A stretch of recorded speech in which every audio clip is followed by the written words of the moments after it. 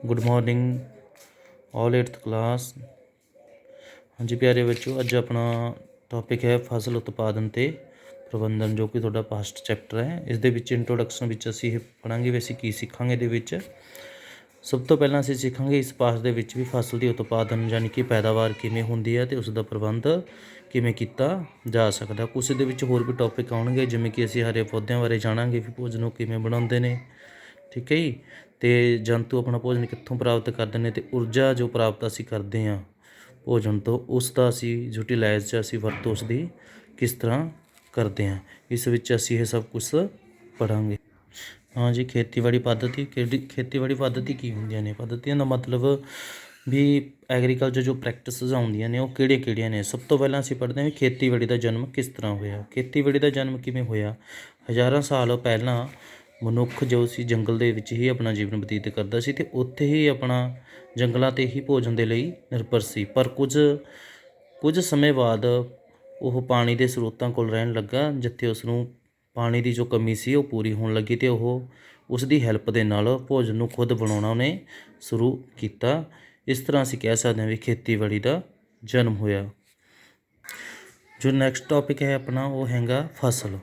फसल किस नूं कहा जाता है? फसल की है? पौदिਆਂ की इक्को प्रजाति नूं इक्को थां ते वड्डे पੱਧਰ ते उगाउण नूं की कहा जाता? फसल कहा जाता, ठीक है। जिथे इक्को प्रजाति की जगह ते असीं वरतीए भी अलग अलग तरह दी प्रजातियां नूं असीं खेतां दे विच उगाउने आ तां उसनूं की कहा जाता? उसनूं खेतीबाड़ी कहा जाता, ठीक है। इस तो बाद हैगा जी फसलों का वर्गीकरण किवें कीता गया। फसलां दो अलग अलग किस्म दी होंदियां ने, इसलिए इन्हां नूं मौसम के आधार पर असीं मोटे तौर पर, ठीक है, दो भागों के विच वंडिया होया। पहला हैगियां ने खरीफ फसलां। खरीफ फसलां किहड़ियां हुंदियां ने? जो जून तो सितंबर महीने तक उगाईਆਂ ਜਾਂਦੀਆਂ ਨੇ ਉਹ खरीफ फसलां ਹੁੰਦੀਆਂ ਨੇ, जिन्हां नूं असीं कैरफ फसलां भी कहने हैं, ठीक है। उदाहरण वजों चावल, मक्की, कपाह आदि, ठीक है। इस तरह असीं इन्हां नूं कई वार ये भी कह सकते हैं भी ये फसलां वरखा रुੱਤ ਦੇ ਵਿੱਚ उगाईਆਂ ਜਾਂਦੀਆਂ ਹਨ, ठीक है जी। उस तो बाद नैक्सट हैगा अपना रबी फसलां, ठीक है। रबी फसलों के विच की आ, ठीक है, ये अक्तूबर तो मार्च महीने तक, ठीक है, उगाईਆਂ ਜਾਂਦੀਆਂ ਨੇ। उदाहरण वजों कणक, छोले, मटर, सरों आदि, ठीक है जी।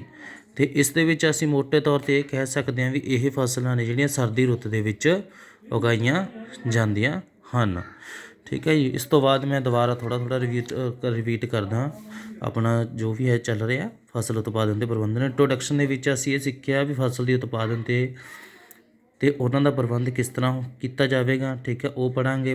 ਹਰੇ ਪੌਦੇ ਆਪਣਾ ਭੋਜਨ ਕਿਸ ਤਰ੍ਹਾਂ ਬਣਾਉਂਦੇ ਸੀ ਉਹ ਪੜ੍ਹਾਂਗੇ। ਅਤੇ ਇਹ ਭੋਜਨ ਜੰਤੂ ਕਿਵੇਂ ਪ੍ਰਾਪਤ ਕਰਦੇ ਸੀ ਅਤੇ ਕਰਦੇ ਹਨ। ਅਤੇ ਊਰਜਾ ਦੇ ਜੋ ਭੋਜਨ ਤੋਂ ਸਾਨੂੰ ਊਰਜਾ ਮਿਲਦੀ ਆ ਉਹਦੇ ਲਈ ਅਸੀਂ ਉਸ ਦੀ ਵਰਤੋਂ ਹੈ ਜੋ ਕਿਸ ਤਰ੍ਹਾਂ ਕਰਦੇ ਹਾਂ, ਠੀਕ ਹੈ। ਫਿਰ ਅਸੀਂ ਨੇ ਖੇਤੀਬਾੜੀ ਪੱਧਤੀਆਂ ਪੜ੍ਹੀਆਂ ਵੀ ਖੇਤੀਬਾੜੀ ਦਾ ਜਨਮ ਕਿਸ ਤਰ੍ਹਾਂ ਹੈ। ਖੇਤੀਬਾੜੀ ਦਾ ਜਨਮ ਅਸੀਂ ਪੜ੍ਹਿਆ ਵੀ ਖੇਤੀਬਾੜੀ ਦਾ ਜਨਮ ਜੋ, ਠੀਕ ਹੈ, ਜੰਗਲਾਂ ਦੇ ਵਿੱਚ ਪਹਿਲਾਂ ਮਨੁੱਖ ਰਹਿੰਦਾ ਸੀ ਹਜ਼ਾਰਾਂ ਸਾਲ, ਠੀਕ ਹੈ। ਅਤੇ ਉਹ ਕੀ ਕਰਦਾ ਸੀ, ਉੱਥੇ ਹੀ ਜੰਗਲਾਂ ਤੋਂ ਹੀ ਭੋਜਨ ਪ੍ਰਾਪਤ ਕਰਦਾ ਸੀ, ਉੱਥੇ ਹੀ ਤਣੇ, ਜੜ੍ਹਾਂ, ਪੱਤੇ ਆਦਿ ਵਗੈਰਾ ਖਾਂਦਾ ਸੀ। ਉਸ ਤੋਂ ਬਾਅਦ ਕੀ ਕਰਿਆ ਮਨੁੱਖ ਨੇ, ਠੀਕ ਹੈ, ਪਾਣੀ ਦੇ ਸਰੋਤਾਂ ਕੋਲ ਆਇਆ ਉਹ, ਠੀਕ ਹੈ। ਪਾਣੀ ਦੇ ਸਰੋਤਾਂ ਦੇ ਕੋਲ ਆਉਣ ਤੋਂ ਬਾਅਦ ਉਸਨੇ ਆਪਣਾ ਭੋਜਨ ਖੁਦ ਬਣਾਉਣਾ ਸ਼ੁਰੂ ਕੀਤਾ। ਇਸ ਤਰ੍ਹਾਂ ਅਸੀਂ ਕਿਹਾ ਸੀ ਵੀ ਖੇਤੀਬਾੜੀ ਦਾ ਜਨਮ ਹੋਇਆ।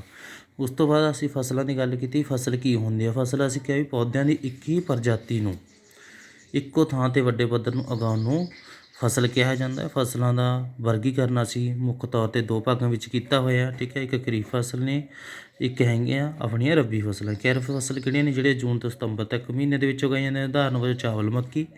ਅਤੇ ਰੱਬੀ ਫਸਲਾਂ ਉਹ ਨੇ ਜੋ ਅਕਤੂਬਰ ਤੋਂ ਮਾਰਚ ਮਹੀਨੇ ਵਿੱਚ ਉਗਾਈਆਂ ਜਾਂਦੀਆਂ ਨੇ। ਉਦਾਹਰਨ ਵਜੋਂ ਕਣਕ, ਛੋਲੇ, ਮਟਰ, ਠੀਕ ਹੈ ਜੀ। Thank you.